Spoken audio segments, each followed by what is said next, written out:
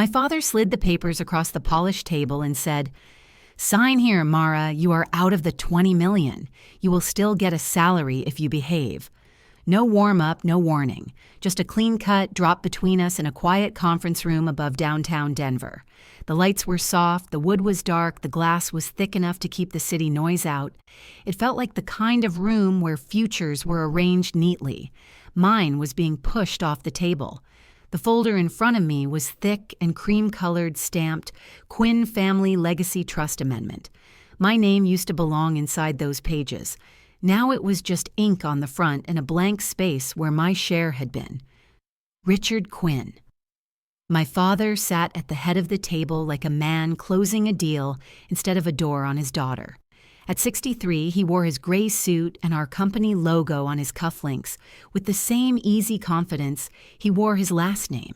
Beside him, my brother Evan leaned back in his chair, ankle hooked over his knee, smiling like he was at a show instead of an execution. On the far side sat our attorney Harold Blake with his polite expression and his watch just visible under his sleeve. "This is standard," he said, tone smooth. "We are simplifying the structure.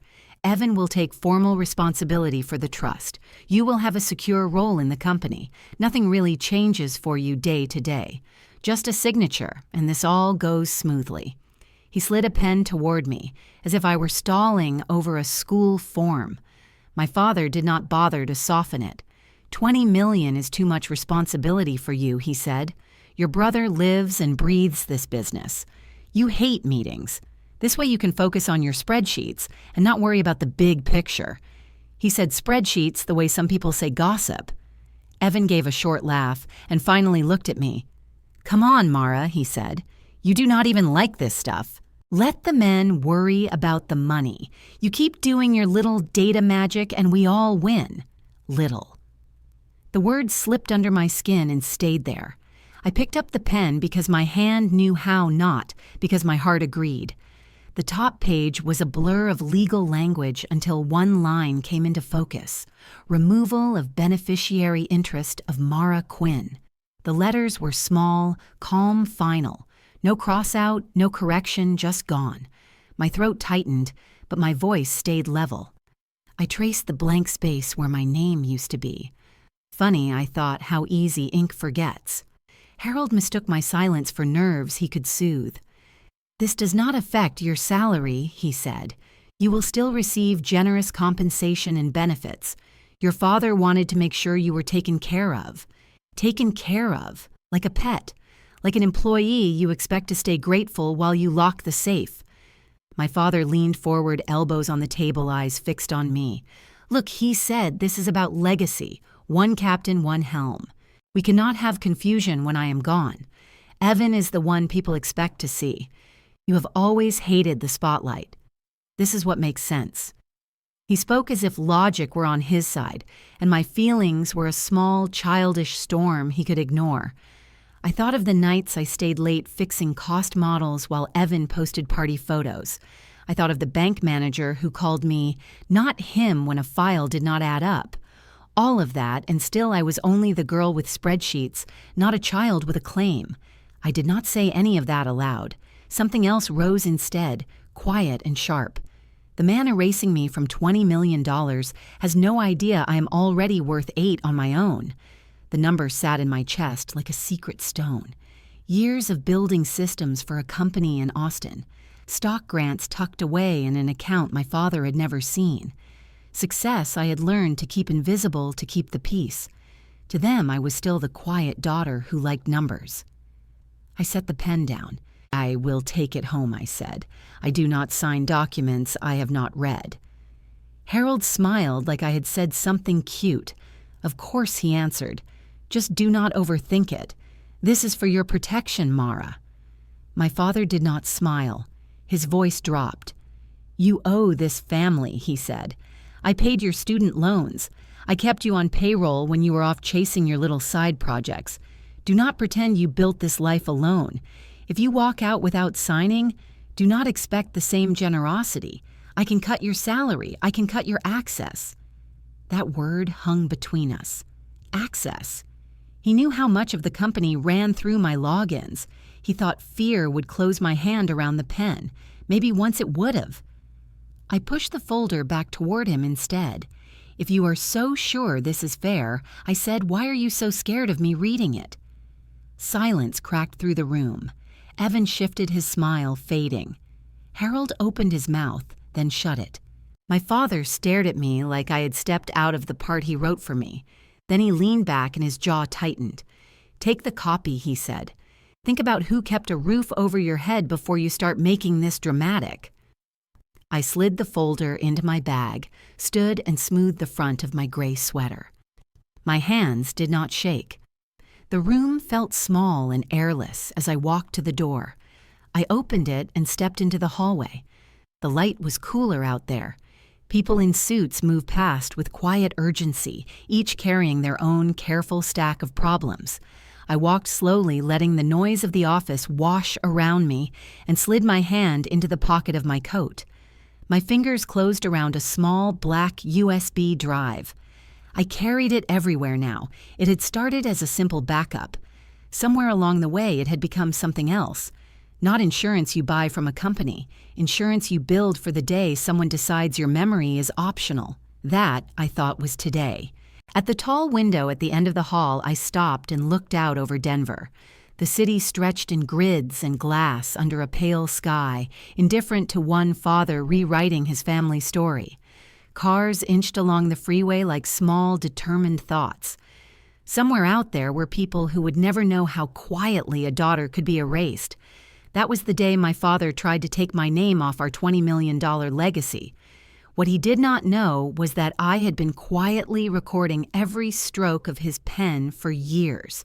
So tell me, if your own dad told you to be grateful while cutting you out of the family money, would you sign or would you start keeping receipts? I left the law firm still carrying the weight of my father's voice in my chest, the sentence about $20 million echoing like a misplaced verdict.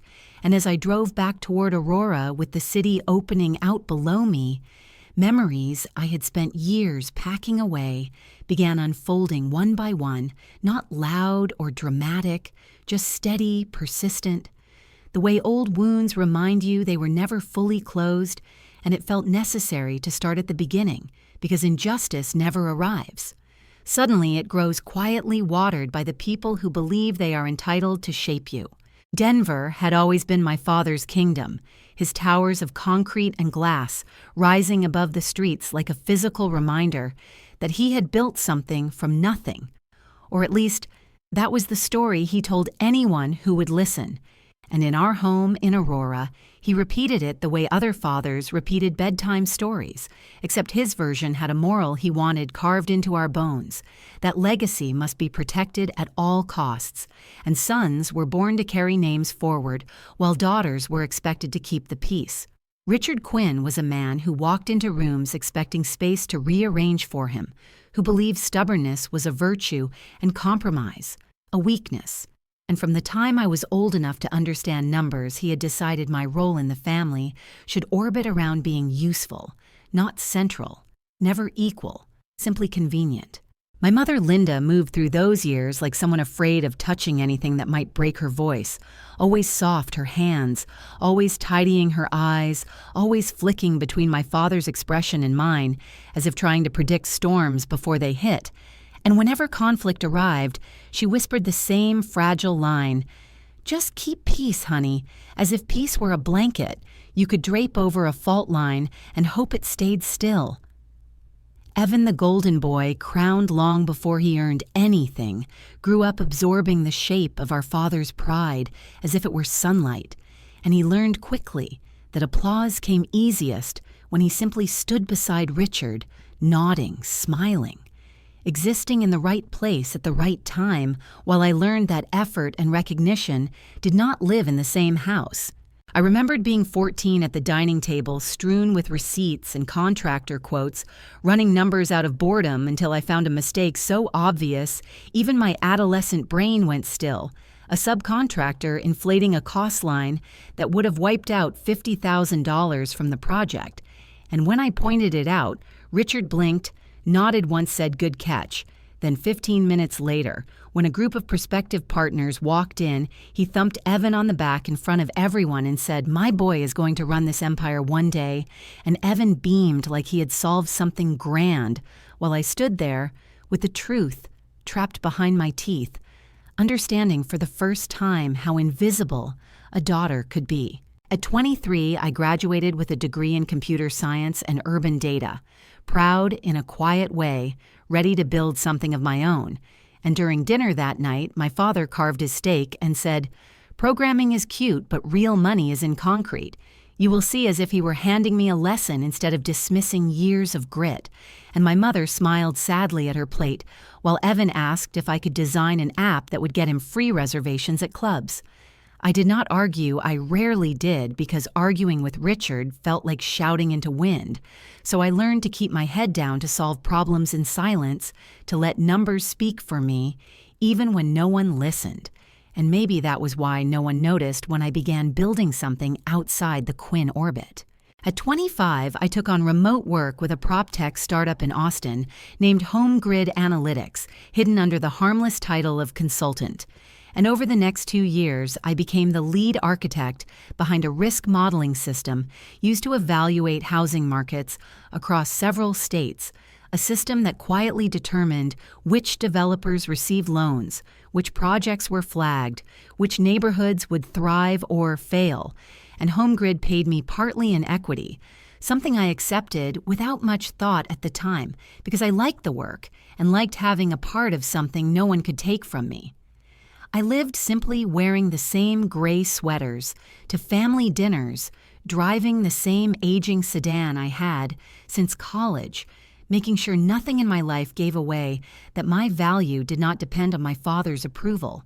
And because I did not shine loudly, no one imagined I could shine at all. That morning in the law firm, when Richard tried erasing me from $20 million, felt like the largest betrayal. But the truth was that betrayal had been quietly rehearsed for years in smaller scenes, and the seed of injustice had been planted long before I realized how deep its roots ran. The week before he pushed those papers toward me, I had still been balancing 2 lives, one as the dutiful daughter who fixed budgets and cleaned messy spreadsheets for the family business, the other as a woman whose algorithms shaped decisions across the housing market of half the region. And no one in the Quinn house had ever asked what I really did when I shut my laptop each night. On the afternoon before everything cracked open, I sat in my small apartment in Aurora, finishing a line of code when my email pinged with a message marked Internal Announcement, and I opened it expecting the usual operational updates from HomeGrid, but instead I saw the headline glowing across the top of the screen. HomeGrid announces Series C funding. Round new valuation exceeds $200 million, and beneath it, a short line that made my breath catch. Equity holders will receive updated statements in the coming week. I stared at the numbers for a long moment, feeling both the surreal lift of pride and a strange tremor of fear, because I knew what that meant for me, though I did not whisper the figure even to myself, keeping it tucked away behind the same quiet walls I had always built. And then, almost comically, my phone began ringing with my father's name flashing across the screen.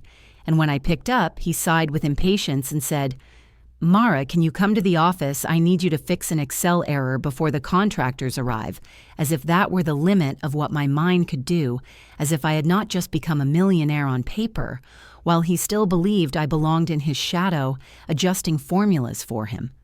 I drove to the office without telling him anything, without letting my voice reveal that my life had just widened beyond the reach of his control. And as I walked through the glass doors of Quinn Habitat, I felt something shift under my ribs. Not anger, not triumph, just the faintest sense of distance, like the first quiet step away from a place I no longer needed to belong. By May, the trust papers from the law firm sat in my bag like a brick, but work did not slow down, and the open house for our new Aurora development had been circled on my father's calendar for months, so I did what I always did. I showed up. The community center we rented was nothing fancy, a big multi-purpose room with scuffed floors and a faint smell of coffee. But my father talked about it like a stage, and that was exactly how he used it. I got there early with my laptop and went straight to the folding table at the back where the projector was set up. Because my place in these events was never at the microphone, it was behind the screen, making sure the graphs lined up and the numbers did not lie.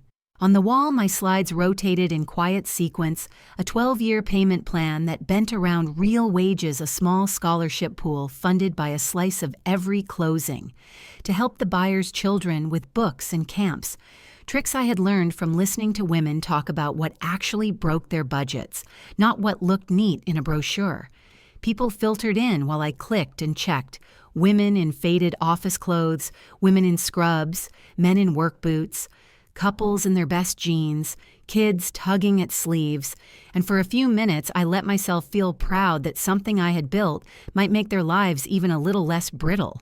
Then Richard arrived in his navy blazer, moving through the rows like a candidate on the last day of a campaign, shaking hands, repeating his well-worn line about growing up with nothing and now wanting to give back, and Evan came in behind him with his easy grin, handing out cards and calling people friend, as if he had been there through every late-night budget meeting. When the chatter settled, my father stepped up front, took the microphone, and thanked everyone for trusting Quinn. Habitat with Their Dreams said the program we were about to present would make owning a home finally reachable. Then he gestured at the glowing screen and added in a tone that sounded generous if you did not know better. My daughter, Mari, helped with some of the technical pieces, but the real visionary behind this initiative is my son, Evan. Help, that one word clipped me smaller. I advanced the first slide anyway, showing the overview of the plan while Richard read bullet points I had written in his notes, and the room nodded along. After a few minutes, he handed the microphone to Evan, who launched into talk about opportunity and legacy, skimming over the actual mechanics with the kind of confidence that comes from never having had to count exact dollars on a kitchen table, and still people leaned in because they wanted to believe someone was finally on their side. When he finally said we would love to answer questions, the room went quiet in that particular way. Poor and working people go quiet, knowing that asking too much can mark you as trouble, until a woman near the center raised her hand. I had noticed her at the sign-in table, a single mother juggling a tired 7-year-old and a backpack full of forms, and now she shifted her son onto her lap, took the microphone in one hand and said, "This program, whoever designed it, it sounds like someone actually thought about us, like they know what happens when a kid gets sick and you miss a paycheck, or when school hits and everything is due at once. So I want to know who designed this, who actually built it." My fingers froze on the trackpad, my body leaning half out from behind the screen before I even decided to move, because for a heartbeat, I thought maybe my father would let the truth stand on its own feet. He laughed lightly instead, the way he did when he wanted to turn something sharp into something he could control, and reached for the microphone before Evan could answer. "Our genius behind all this is my son Evan," he said, flashing his smile toward the woman. "He is the brains and the face of our future." And he swept an arm toward my brother, as if that settled everything. My hand dropped back to my side. Evan took the mic, added a few lines about late nights and sacrifice that I knew belonged to me, and the woman nodded slowly because what else could she do? And around her I watched other women let a thin layer of cautious hope smooth itself over familiar resignation, the way you make room for disappointment before it actually lands. I kept the slides moving behind him, watching my models and charts glow over his shoulder, while my name stayed off every line. Near the back, one of our junior analysts, a young woman who still believed facts mattered, called out without thinking, "Did not Mara build that model?" And the question hung in the air for a second, like a small, bright flare. Richard did not look at me. Still facing the audience, still smiling, he replied, "Mara plays with data. Evan makes real decisions," and a soft ripple of laughter ran through the room because they heard it as a harmless family joke, not as a line that drew a hard border around my place in his world. The words hit like a slap in slow motion, not because I had never heard the sentiment before, but because of who was there to hear it this time. Women who had probably been told for decades that they were good with details, but should leave the big choices to women who would have understood me better than my own father ever tried to. For a brief second, I saw myself the way they might be seeing me, a shadow at the edge of the stage, holding everything up, told to be grateful for being allowed in the room.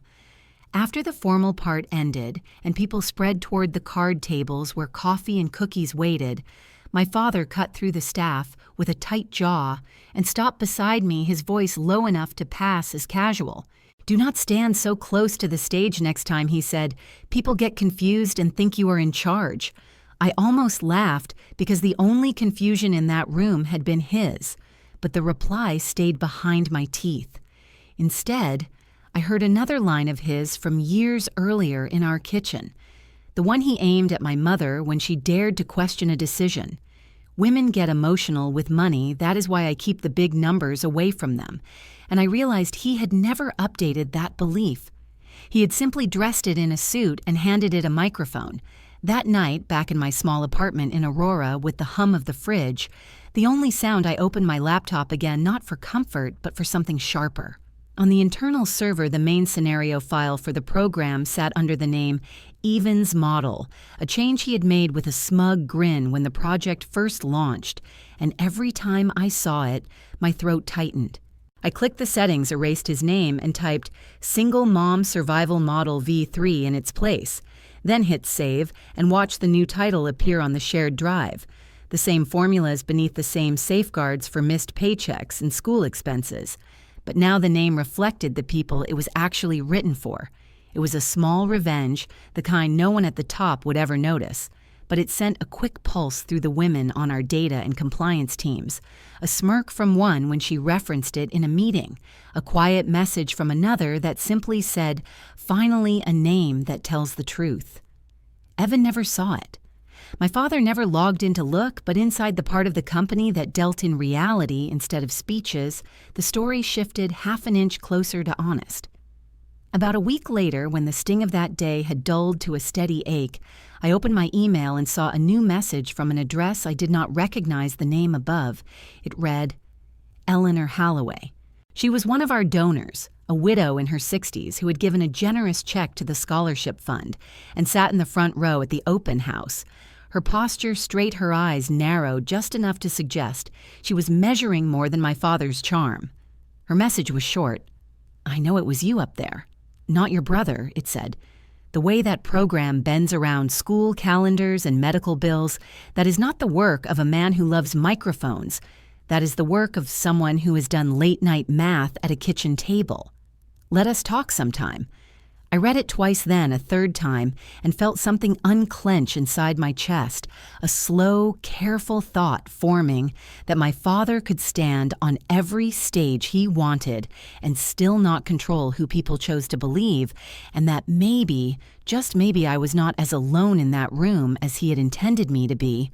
I walked into the office the next morning, still carrying the stale humiliation of the open house, and before I could even set my bag down, my father called me into the glass conference room where stacks of reports waited like a punishment.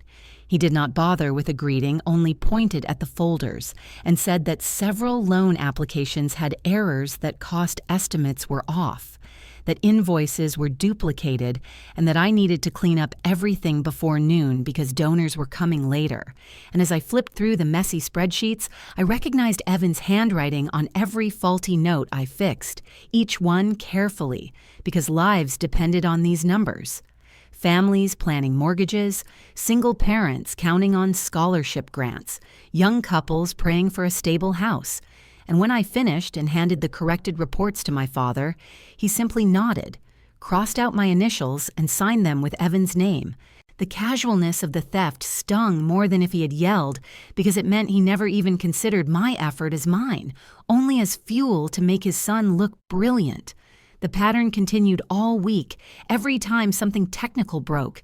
It was my job to repair it, and every time it was solved, Evan collected the praise. I remember sitting at the family dinner that Friday, the roasted chicken untouched on my plate, when my father lifted his glass and congratulated Evan for being featured in a local magazine as the visionary shaping the future of housing in Denver. The article used phrases I knew by heart because I had written them in the impact deck, the same deck Evan plagiarized without understanding any of the logic. My mother leaned toward me and whispered that she knew it hurt, but advised me to stay useful quietly, because peace was easier that way. And as I watched the candlelight flicker against the framed family photos on the wall, I wondered how many years of my life I had spent making everything easier for everyone except myself. The numbers started looking wrong, again, a week later. Not technical wrong, but morally wrong. I noticed that $250,000 from the Quinn Habitat Education Fund had been transferred into Quinn Legacy Events, LLC, a shell company Evan used to throw luxury gatherings so he could impress business friends.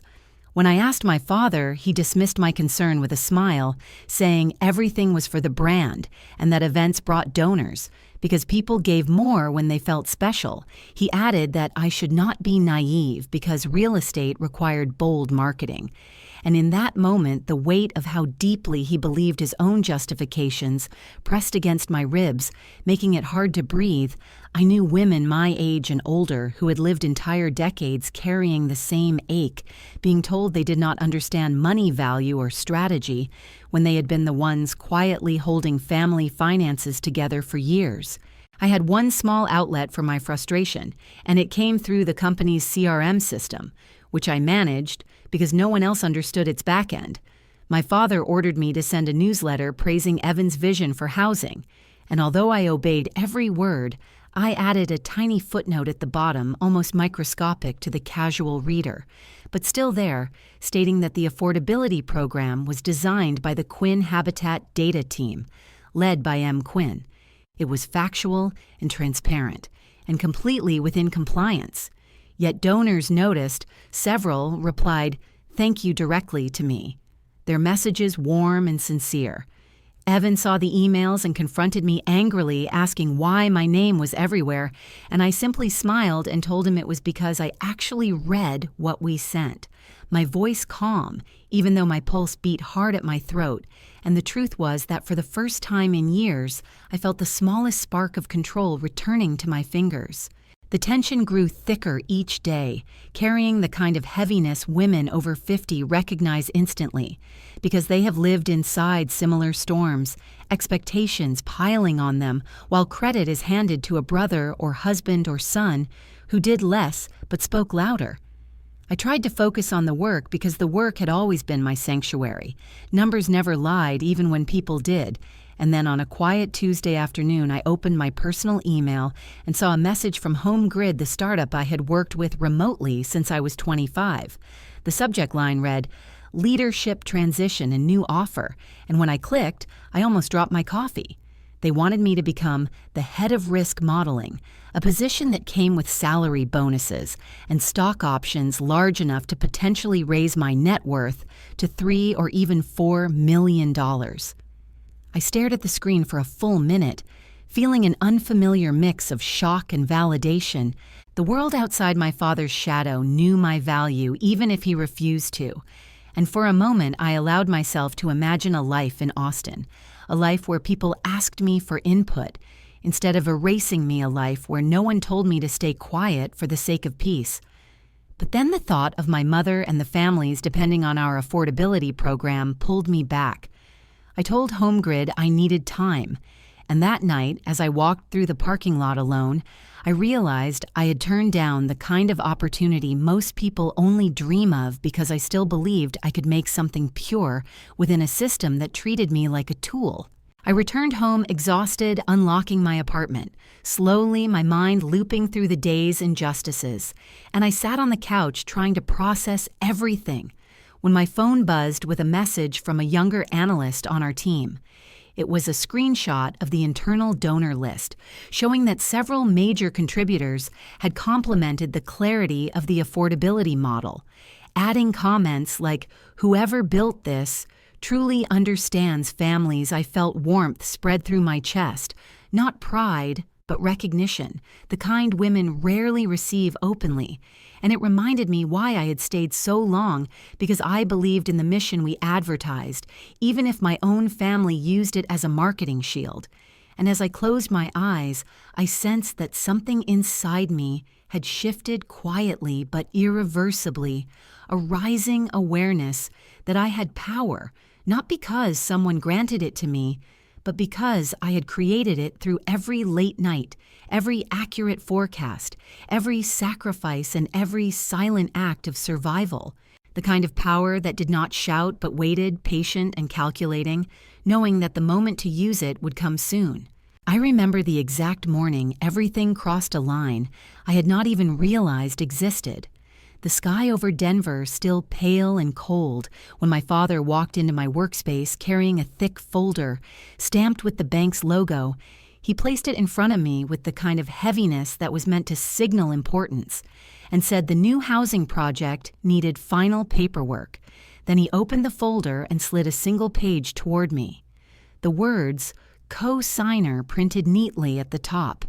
I felt my stomach tighten, because I already knew what he was asking before he even spoke. He explained that the bank wanted someone with clean credit attached to the $2 million loan. He told me he had some old issues on his record. Nothing major in his opinion, but enough to require a secondary signature, and I hesitated, because putting my name on a loan that size was not small. It was the kind of risk that could swallow a person whole if something went wrong. I told him I needed to think, but he leaned in with a voice that dropped to a tone so controlled it chilled me.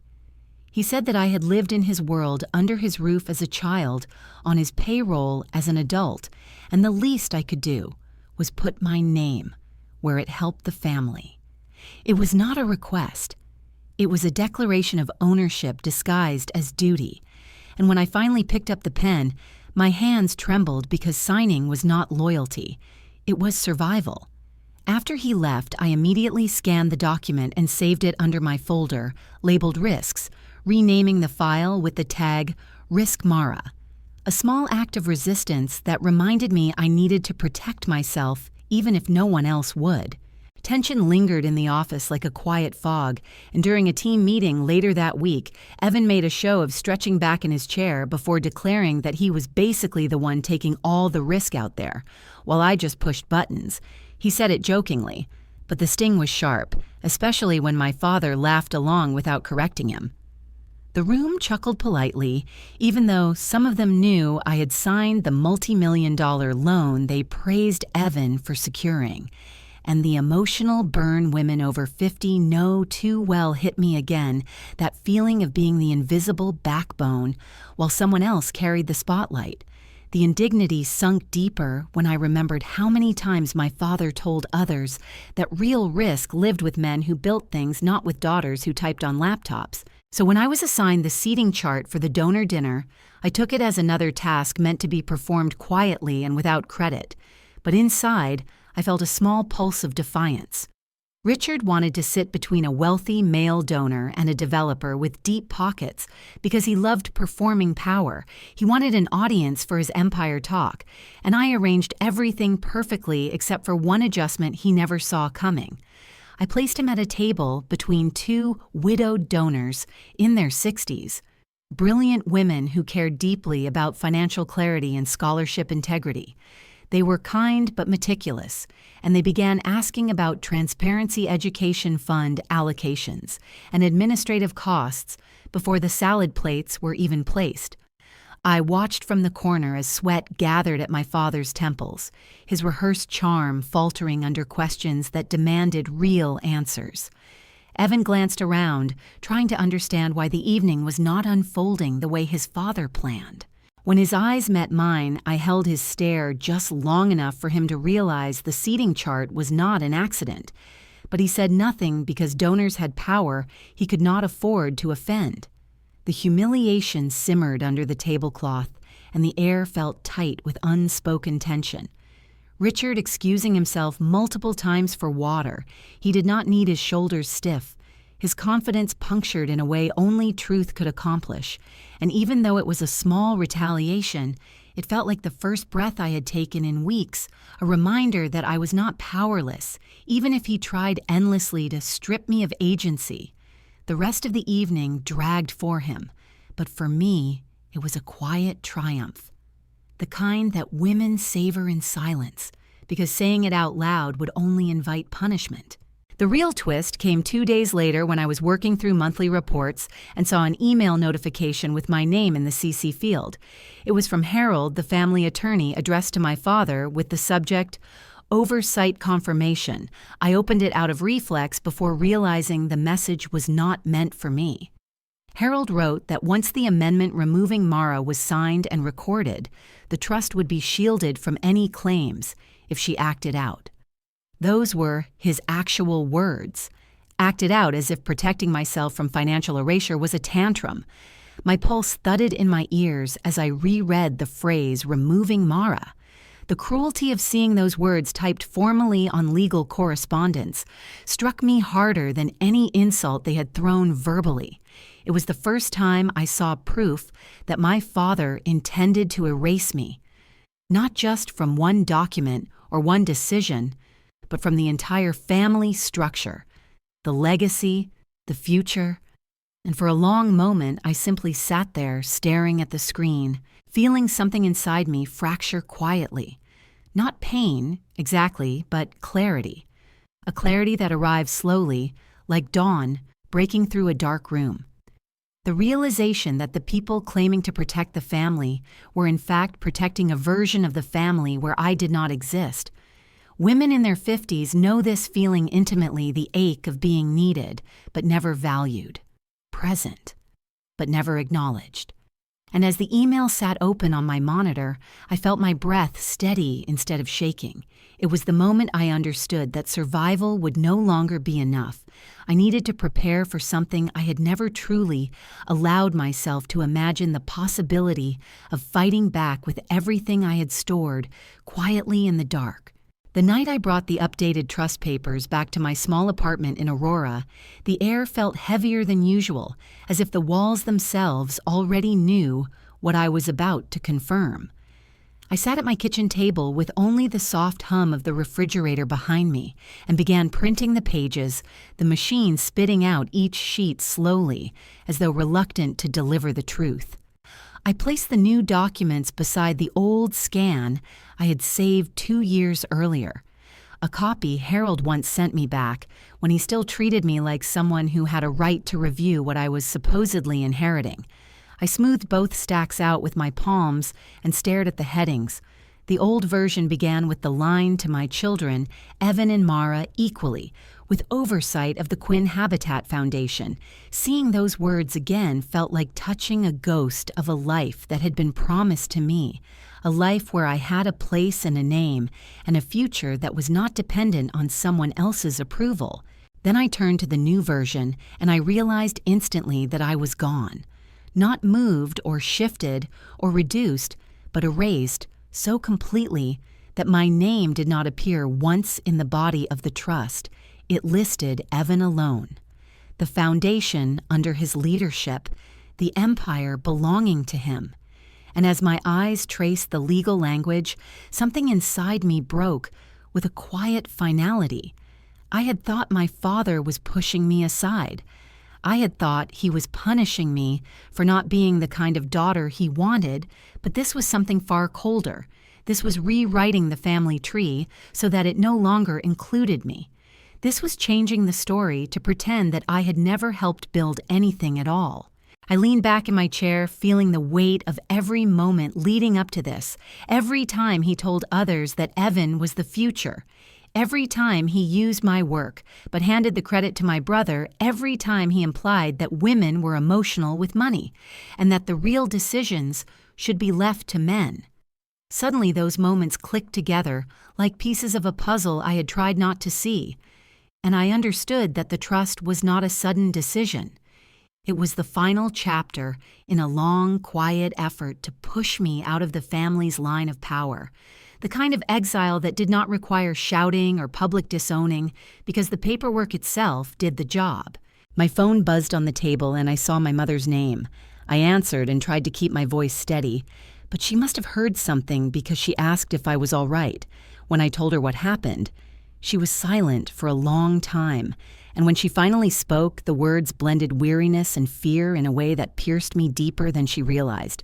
She said, "Do not fight him on this. It is not worth breaking the family. Take your salary. Find a nice man, build your own little home." The phrase "your own little home" echoed in my mind because it was exactly the kind of shrinking expectation.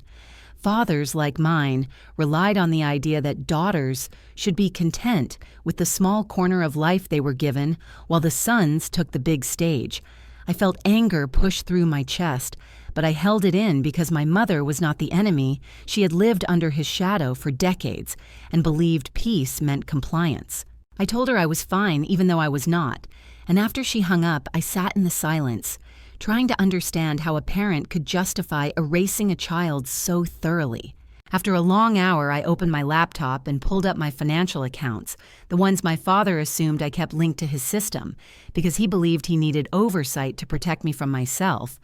I clicked into my retirement account and stared at the beneficiary information he had insisted I set years ago. Back then, he told me it was practical to list the Quinn Habitat Trust because families should consolidate wealth and maintain stability across generations. The logic sounded reasonable at the time, but now it made my stomach turn. I selected Edit and replaced the trust with the Ruby Heart Education Fund, a small scholarship account managed by my Aunt Ruby.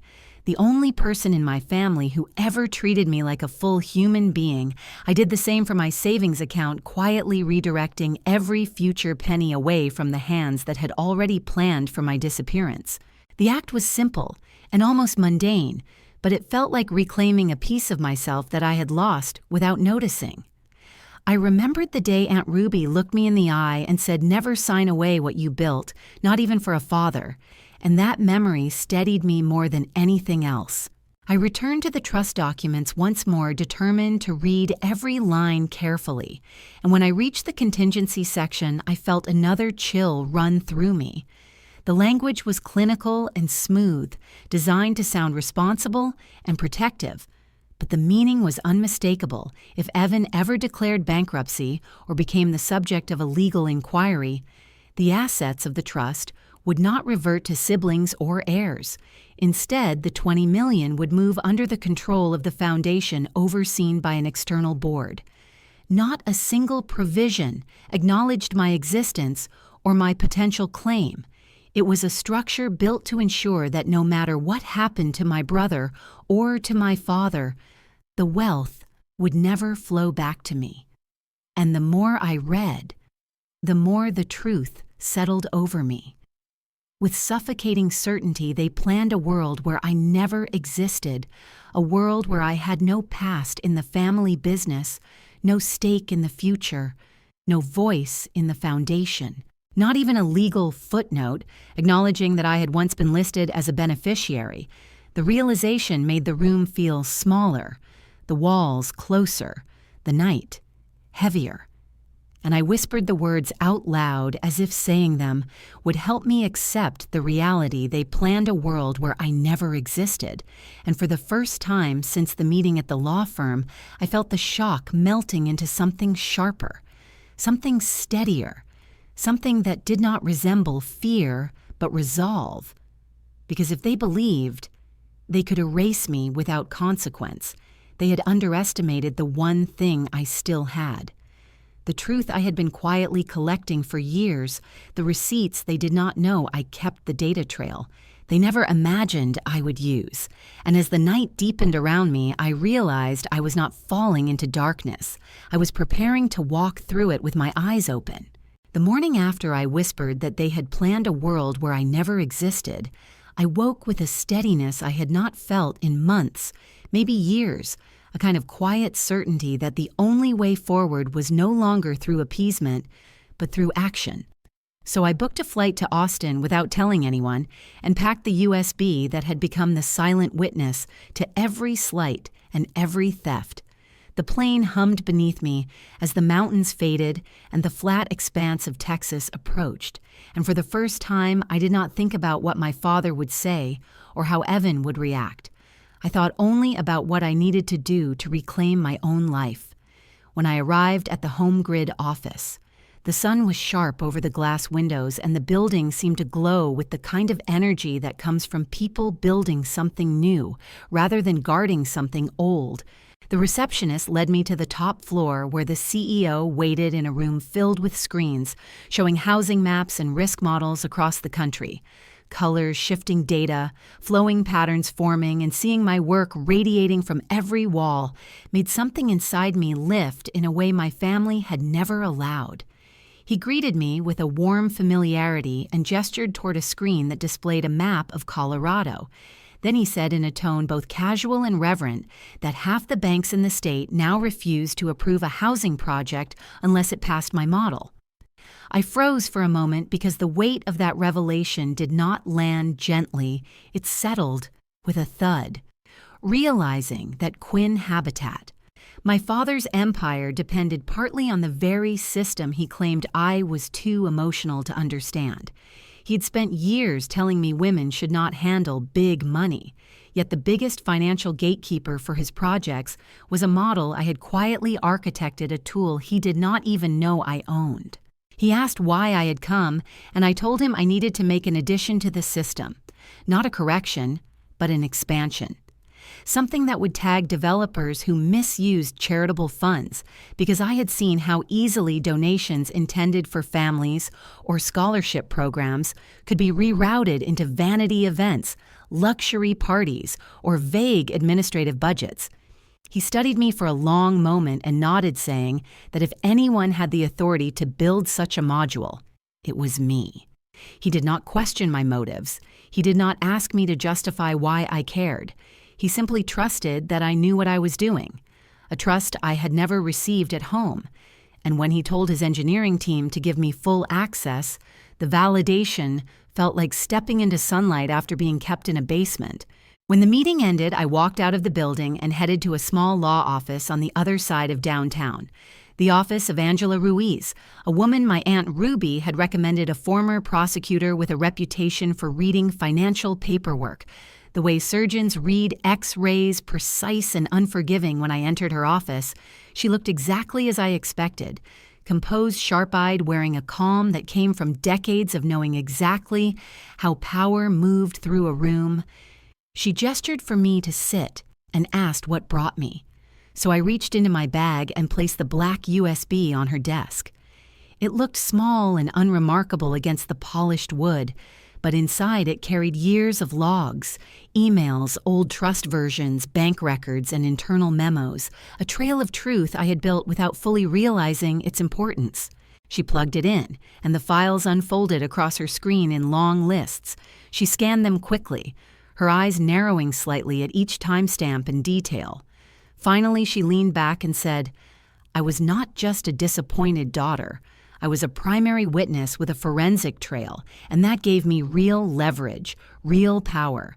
The kind of power that did not come from shouting or demanding, but from proof, hard proof, that could not be dismissed with a laugh or a comment about women being emotional. She told me that if I chose to move forward, I needed to understand that the moment we opened this door, it would not just be a family dispute. It would be a matter that could escalate into regulatory investigation, possibly even state or IRS involvement." I stared at the screen, feeling a strange mix of dread and liberation, because she was right. This was not just about my name being removed from a trust. It was about misuse of donor funds, potential fraud, and a long pattern of rewriting financial truth to suit my father's narrative. She asked if I was ready to stop covering for him, and I heard my own voice say clearly, no more being grateful for crumbs. If he treated me like the enemy, I might as well stop pretending to be his shield. The words came out steady, almost calm, and in that moment, I realized I was done. Trying to win his affection or his approval, I was done shrinking so he could stand taller. Angela nodded with a kind of respect that made me feel seen in a way my family never managed. Then she opened another folder and showed me a document that made my breath catch. It was a filing my father had made for tax reduction, claiming large donations to the foundation, but the funds had not gone to scholarships or community programs. The transfers led directly to an LLC under Evan's name, an entity created for events marketing, travel, and other expenses that had nothing to do with charity. Angela explained that this was the kind of thing investigators noticed quickly, the sort of mistake that became a crack large enough to pull apart the entire financial structure if someone tugged hard enough. And as she spoke, I felt the ground beneath me shift, because now this was not only about injustice or betrayal, it was about legality, about ethics, about truth being distorted for personal gain. I sat very still, absorbing each detail, realizing that the empire my father built had rotted from the inside while he preached legacy and responsibility, realizing that the trust he used to punish me could become the very document that exposed him, realizing that the USB I carried like a secret talisman had more power than any inheritance ever could. And as the sun dipped lower outside Angela's window, I understood at last that the girl who once begged to be acknowledged was gone, replaced by a woman ready to say no and mean it completely.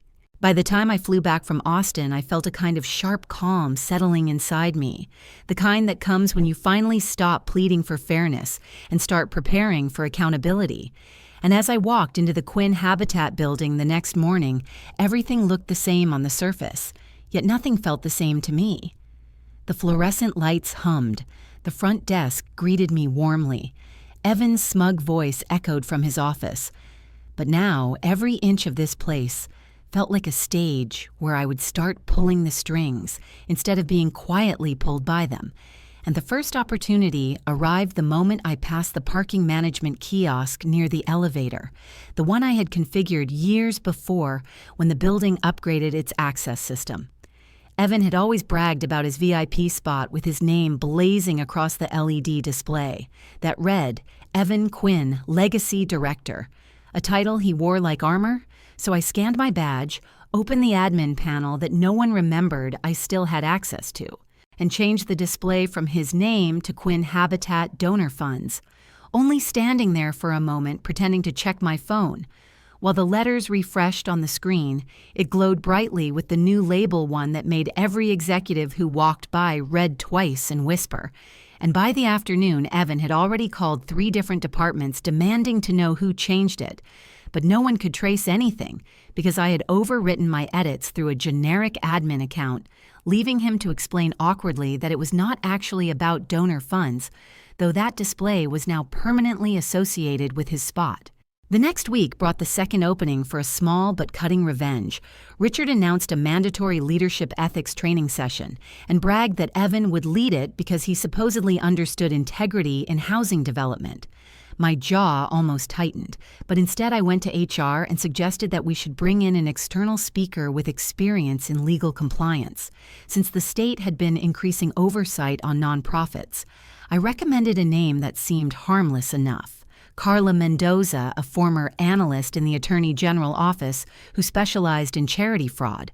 HR loved the idea and booked her immediately, and when she arrived at the training, the room was full. Richard sat confidently near the front. Evan sat beside him with the stance of a man ready to be admired. And then Carla began her presentation with a calm voice, listing common misuse patterns. Donors should watch for inflated administrative costs, reallocated education funds, luxury events disguised as community outreach. Everything she described mirrored exactly what Quinn Habitat had been doing under Richard and Evan's direction. I watched Richard's posture slowly stiffen, Evan's forehead crease staff, exchange glances, and no one needed to say out loud that the examples were not hypothetical. The tension rose in the room like heat, and when Carla closed the session by reminding the staff that whistleblower protections existed for anyone who suspected irregularities, I caught the glance of 3 women in accounting who looked at me with a mixture of gratitude and dawning courage, their eyes saying what no one dared speak. A few days later came the simplest and perhaps most satisfying retaliation email signatures. Evan despised seeing my name attached to anything, because each instance reminded him that I actually built the affordability and scholarship systems he liked to claim credit for. So I changed my signature to Mara Quinn, Lead Architect, Affordability and Scholarship Systems. The title was factual and unimpeachable, and every time an email went out, donors saw exactly who handled the intellectual labor behind the programs they praised.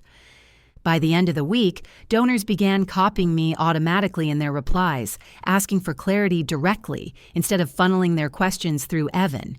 He tried to confront me in the hallway, saying my signature was confusing people, but I looked at him calmly and said I could remove it if it was inaccurate, and if he wanted to dispute the accuracy, he would need to do it on record. He walked away in silence because he could not. Then came the moment that shifted the energy across the entire donor network. It started quietly when I logged into the bank portal to check the status of the new project loan, which I was legally allowed to view.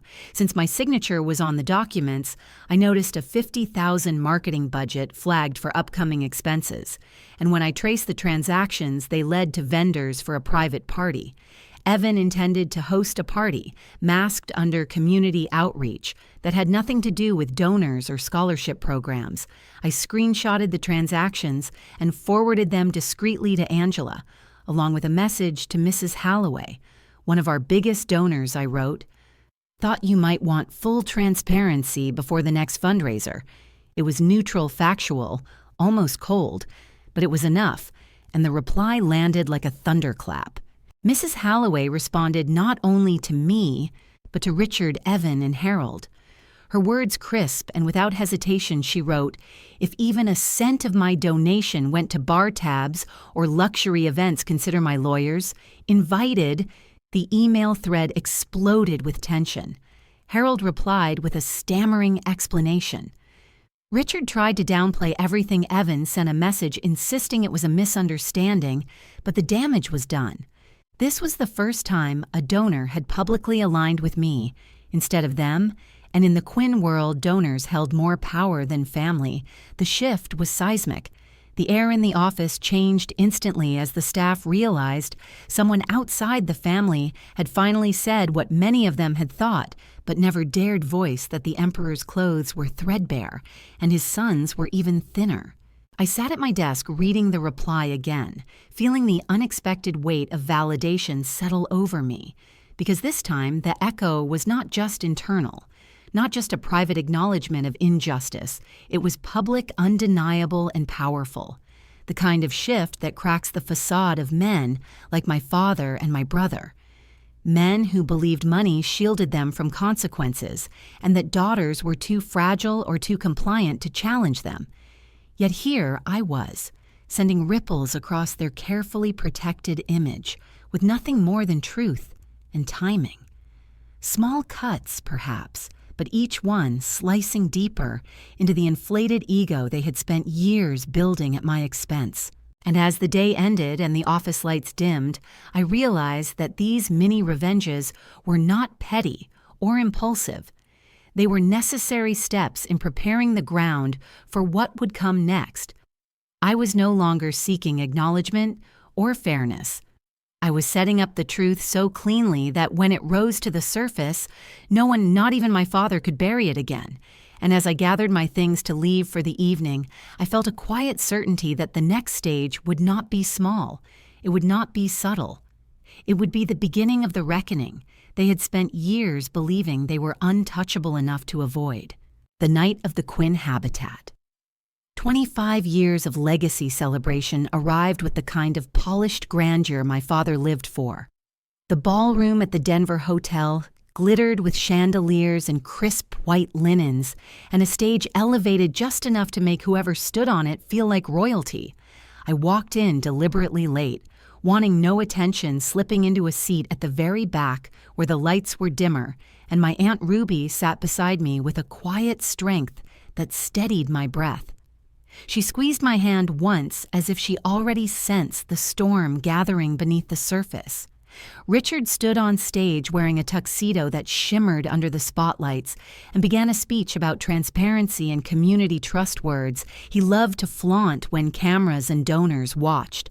And behind him, a video played showing old construction photos, moments of struggle curated to make him appear as a self-made hero, lifting neighborhoods out of despair. People clapped politely while he basked in the admiration. Evan waited off to the side, ready for his big moment, the announcement of the $20 million Quinn Habitat Legacy Trust that would supposedly fund future housing initiatives under his leadership. Of course, the real purpose of the event was to crown Evan as the heir in front of every donor they wanted to impress. I remained silent, watching everything with a distance I had never felt before. As if I was observing a play, I already knew the ending. To then the mood shifted sharply when the ceremonial document was brought to the stage and the pen was placed in my father's hand. The donors leaned forward, ready to witness the symbolic moment. Richard lifted the pen with a rehearsed solemnity, and just as it hovered over the paper, the ballroom doors opened and a man in a dark suit walked in, holding a sealed envelope. He moved with the certainty of someone acting on behalf of authority, and the room instinctively quieted. He approached Harold. The family attorney handed him the envelope and spoke softly, but the microphone nearby caught enough for the front rows to hear the phrase from the Attorney General office. A murmur rolled across the ballroom, like a wave tension tightening every face. Harold opened the envelope with trembling fingers and removed a stack of documents, the complaint on top followed by printed logs and a summary of suspicious transfers. He paled as he read, sweat forming on his forehead under the stage lights. The investigator said the trust was now subject to immediate review, and all actions related to it must be suspended until the discrepancies were resolved. Richard's smile faltered. For the first time, Evan stepped closer to Harold, whispering frantically, but the investigator remained firm and unmoved, instructing Harold to show the relevant files for preliminary clarification. Harold reached into his case and pulled out a laptop, plugging in an external drive he believed came from his own archive. He did not realize he had mistakenly grabbed the black USB delivered through the complaint, the same USB containing every log, every transfer, every note they hoped would never surface. He opened the drive intending to show only a small set of harmless files, but the laptop was connected to the ballroom's projection system, and the screens behind him mirrored everything. First came the file names, bold and undeniable. Then metadata with timestamps showing the deleted trust version that still included me. Then the revised one labeled "Remove Mara in the comments." Donors gasped whispers, erupted phones, lifted hands, covered mouths. Attempts to close the window failed as more folders popped open with automated previews, internal emails referencing scholarship reallocations, and invoices tied to personal event spending. Harold's voice cracked as he muttered, "Who told you who gave you all this panic spreading through every syllable?" The investigator replied with icy composure.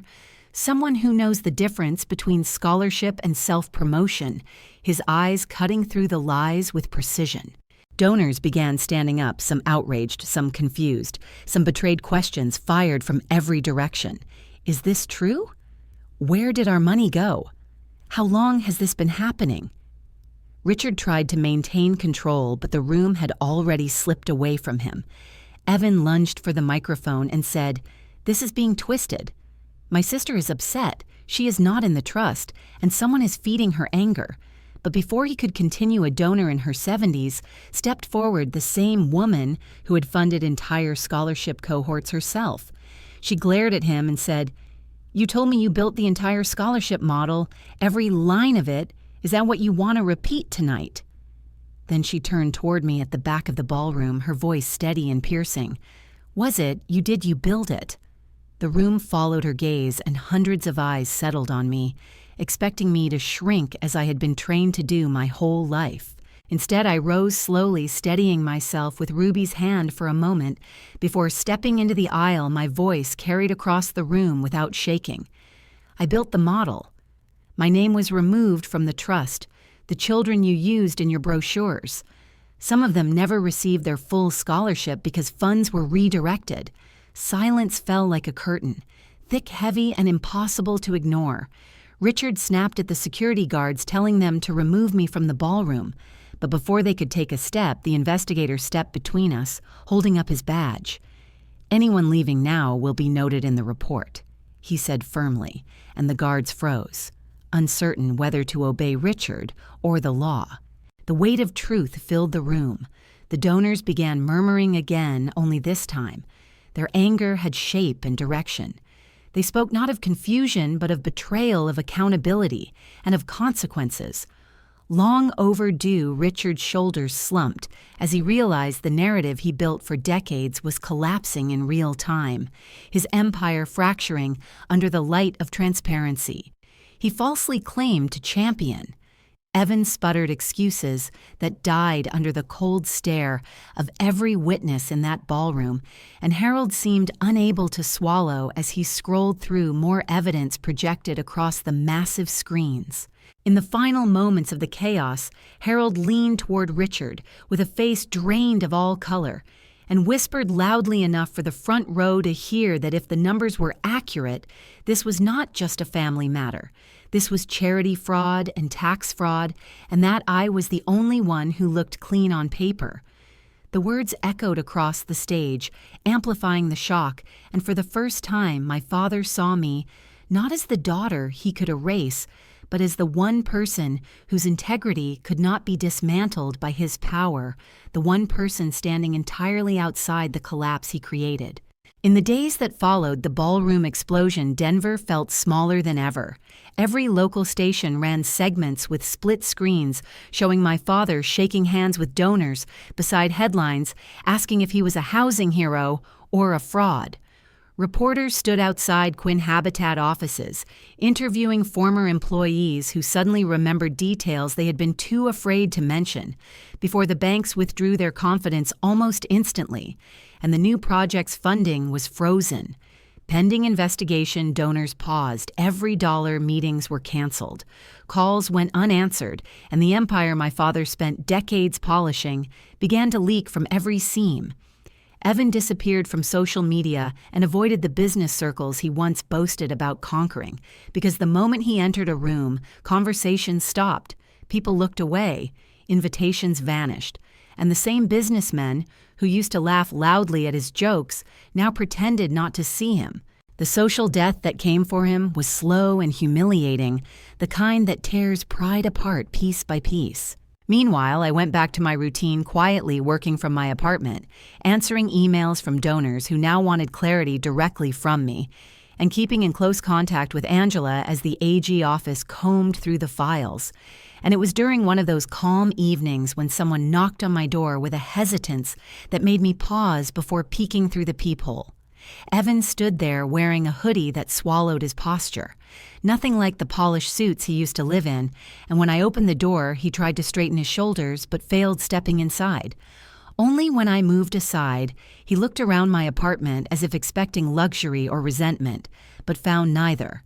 Finally, he spoke, saying, "We can fix the reports. Mara, just tell them we miscommunicated. Dad will add you back, maybe even give you half." He said it softly, as if rehearsing words designed to sound generous, when in truth they were just desperate. I felt a strange detachment as I leaned against the counter, watching him twist his sleeve, and when I finally responded, my voice came out flat and colder than I expected. I asked if he truly believed I would lie to clean the lies he and our father built for years so we could all split money that never belonged to us in the first place. He blinked, as if stunned that I was no longer playing the role he needed. Then he stuttered something about family unity, but the words collapsed under the weight of their own hypocrisy. I simply walked to the door and held it open until he understood the conversation was over. He stepped out slowly, unable to meet my eyes, and for the first time he looked smaller than me. 2 days later came the second return. This one heavier and far more revealing. I had gone to Ruby's house because Linda had been staying there since the event. Avoiding Richard after witnessing the truth so publicly, and while we were talking in the living room, we heard his knock sharp, demanding the kind that belonged to a man used to being obeyed. Ruby opened the door, but stepped aside only slightly, as if reminding him that this was not his space. He walked in, searching for my mother first, perhaps hoping she would coax me into compliance the way she had been conditioned to for decades. But Linda stood by the window with her arms folded, her eyes tired but clearer than I had seen in years. And when he turned to me, there was an edge of panic under his attempt to seem authoritative. He said, "Tell them you misread the documents. Sign a statement. I will give you $500,000. You will never have to work again." He delivered it as if it were mercy when it was nothing more than a bribe wrapped in paternal entitlement, and I stared at him long enough for him to feel the silence press against his certainty. Before I answered, I told him I already never had to work again, that working was a choice I made, that he had never bothered to ask what I actually did or what I actually built. He frowned in confusion. The same confusion men like him carried when the daughter they underestimated became someone they could no longer predict. So I said it clearly. HomeGrid, the system. The banks use to evaluate your projects, the one your entire expansion depends on. I architected it. The words landed like a blow, his face slackening as he processed the reality that I had been shaping the financial gatekeeping landscape he operated beneath, that I had been holding structural power. He never imagined possible power. He could neither control nor diminish, and in the stunned silence that followed, even Ruby and Linda inhaled sharply. Not out of shock at my accomplishment, but out of shock at watching the moment Richard finally saw that his daughter was standing on a higher ground than any trust document could define. He opened his mouth to argue, but no words came. Anger flickered, then fear, then something else. Something like the first crack of recognition that he had miscalculated, not just once, but for years, that the daughter he erased from paper could not be erased from consequence. He left without another attempt, shoulders rigid, retreating like a general who realized the battlefield had shifted beneath his feet. Later that evening, Angela called with an update that settled the final truth of where we now stood. She told me the Attorney General office was considering offering a plea deal, one that could spare my father and Evan from the harshest legal outcomes if they returned the misused funds, paid penalties, and transferred a significant portion of the trust into a board-governed foundation, independent of Quinn control.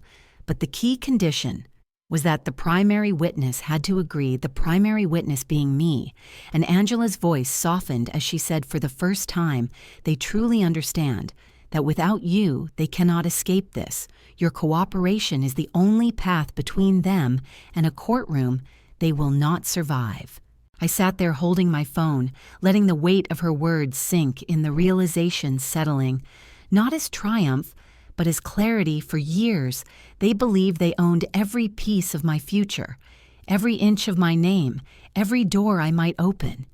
Yet now, their own future depended entirely on whether I allowed them mercy.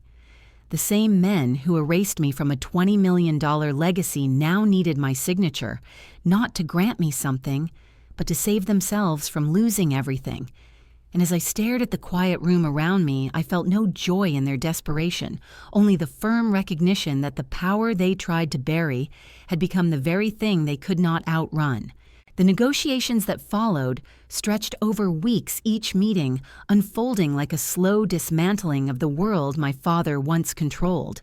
And I watched the process with a calm that surprised even me, because this time I was not fighting to be included, but deciding what I would allow.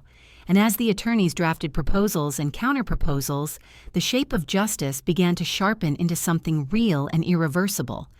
Eventually, the agreement reached the point where even Richard and Evan could no longer pretend the consequences were negotiable. Half of the trust, $10 million, was to be transferred into the Quinn Community Housing Foundation under a completely independent board, a structure that ensured no member of the Quinn family could claim full power again. And I felt a steady, quiet shift inside me, knowing the money that had been used as a weapon against me would now be used for the community it was originally intended to serve. Part of the settlement designated a sizable portion for me, a combination of cash and property worth between $3 and $4 million, enough to ensure I would never again depend on anyone's permission to live, work, or build. Yet taking it did not feel like victory, in the shallow sense. It felt like reclaiming something that was mine by right, something that should never have required a war to access. Along with that, I was granted the authority to choose 2 of the 7 members who would serve on the foundation's board, a responsibility I took seriously because I wanted people who understood integrity not as branding, but as accountability. People who would scrutinize every dollar, every report, every scholarship so thoroughly that the misuses of the past could never slip through again. For Evan, the cost arrived quickly and humiliatingly. The title he bragged about for years evaporated overnight. No more legacy director, no more photo ops, no more inflated sense of destiny. Instead, he was offered a fixed salary role, which he could keep only if he performed the same standard tasks as every other employee. Watching him sign that acceptance letter with a stiff jaw and lowered gaze felt surreal because it was the first time he had been forced to exist without the artificial pedestal my father built beneath him. And for once, he looked like a man who understood that inherited power collapses the moment the truth steps into the light. Richard's fall carried a different weight, heavier, because it was not only about the position he lost, but the mythology he spent his whole life constructing. The board forced him to step down from the presidency, stripping him of the authority he guarded, like oxygen leaving him with the hollow title of founder emeritus. A ceremonial nod with no influence, no control, no real meaning beyond acknowledging that yes, he existed when the organization began, but the reins were no longer his, and seeing that title next to his name, printed on the disclosure documents, felt like witnessing a door closing on an era of unchecked arrogance. The financial consequences deepened as the investigation continued, and each week brought a new reminder that the empire had been held up by illusions more than by structure. The SUV he loved to flaunt was sold. The mountain cabin he used as a bragging point during donor dinners was listed. The exclusive club membership he held for decades was canceled because he could no longer justify the fees after penalties and repayments drained his accounts. These losses were not just monetary. They were symbolic, each one stripping away a layer of the identity he used to convince the world and himself that he was untouchable. And though part of me expected to feel triumphant, the emotion that settled in my chest was quieter, something like closure wrapped in exhaustion. Linda moved gently through the fallout, the pain in her face unmistakable. But so was the clarity one afternoon she visited me and stood silently in my kitchen, looking around as if trying to understand how everything had shifted so quickly. Then she said, "He built something beautiful and then rotted it trying to prove he deserved it." The sentence fell softly yet carried decades of truth. Decades of watching a man destroy himself while insisting he was saving everyone else. And for the first time in years, she looked at peace with naming the reality she had always been too afraid to speak aloud. The final twist came during a board meeting held in a modest conference room overlooking the city. The new trustees sat around the table reviewing plans for the foundation's restructuring, and when they reached the topic of oversight, they turned to me with a seriousness that made my pulse skip. One of them cleared her throat and said the foundation needed someone who understood both the technical structure and the ethical stakes, someone who had seen how easily good intentions could be twisted. And then she asked if I would consider serving as chair of Impact Oversight, a role not tied to titles or prestige, but to responsibility, the authority to determine project standards, supervise scholarship distribution, and review transparency reports before anything was made public. I sat there absorbing the weight of what they offered because this was not the CEO seat my father worshipped, and it was not the legacy director role Evan foolishly clung to. This was something far greater and far more permanent. It was the position that defined the moral compass of the entire foundation. The compass my father had long since lost. The compass that would determine how every dollar was used and how every promise was honored. And when I finally nodded, the room felt lighter, as though a silent agreement had settled over us, a recognition that the child who had been erased from the trust now guided the integrity of the legacy itself. Walking out of the building afterward, I saw the Denver skyline glowing under the late afternoon sun, and for the first time since this all began, I felt the full shift inside me. Not triumph or vengeance, but something steadier. The knowledge that the justice delivered was not just about money or roles or signatures. It was about alignment. The world being corrected piece by piece until it resembled fairness again. And as I stepped into the crisp air, I understood something I had not dared to admit. Before I had not only taken back what was mine, I had taken back the direction of everything my father once claimed to build, turning it towards something true, rather than something performative. And deep down, I knew this was the consequence he never expected, not the loss of wealth, but the loss of the moral story he believed he owned. A full year passed before I realized how completely my life had shifted, not in a dramatic sweep, but in the quiet accumulation of choices that finally belonged to me. And I woke each morning in my small Denver townhome feeling a steadiness that came from living in a space shaped by my own hands rather than by expectation or fear. The house was modest compared to the estates my father once paraded as symbols of worth, yet every corner of it felt honest. The ground floor held the tiny office of Quinn Data and Housing Insights, where I spent my days helping housing funds and community programs across the country make decisions rooted in data rather than ego. Sometimes I caught myself smiling at the irony that while my father had spent his life claiming to be the architect of opportunity, I had quietly become someone who genuinely built it for others. And on certain afternoons when the air was crisp and the light stretched long across the sidewalks, I walked through a new housing development the foundation had completed under the independent board. The same board I helped assemble, the same board that no longer answered to the Quinn last name. Rows of homes with warm lights and tidy porches lined the street. Families stepped out with grocery bags or children tugging at their sleeves, and near the community center. The sign caught my eye every time, in partnership with Quinn, Community Housing Foundation and Home Grid Analytics. Seeing the words together made my chest tighten, in a way I had not expected, because for the first time my name was present without being stolen, overshadowed, or erased. It was simply there, accurate, earned, and unclaimed by those who once insisted that my work was theirs to use as they pleased. When my mother came to visit, she brought a box of warm blueberry muffins from the bakery. She loved the kind of pastries she once bought only when my father allowed small indulgences.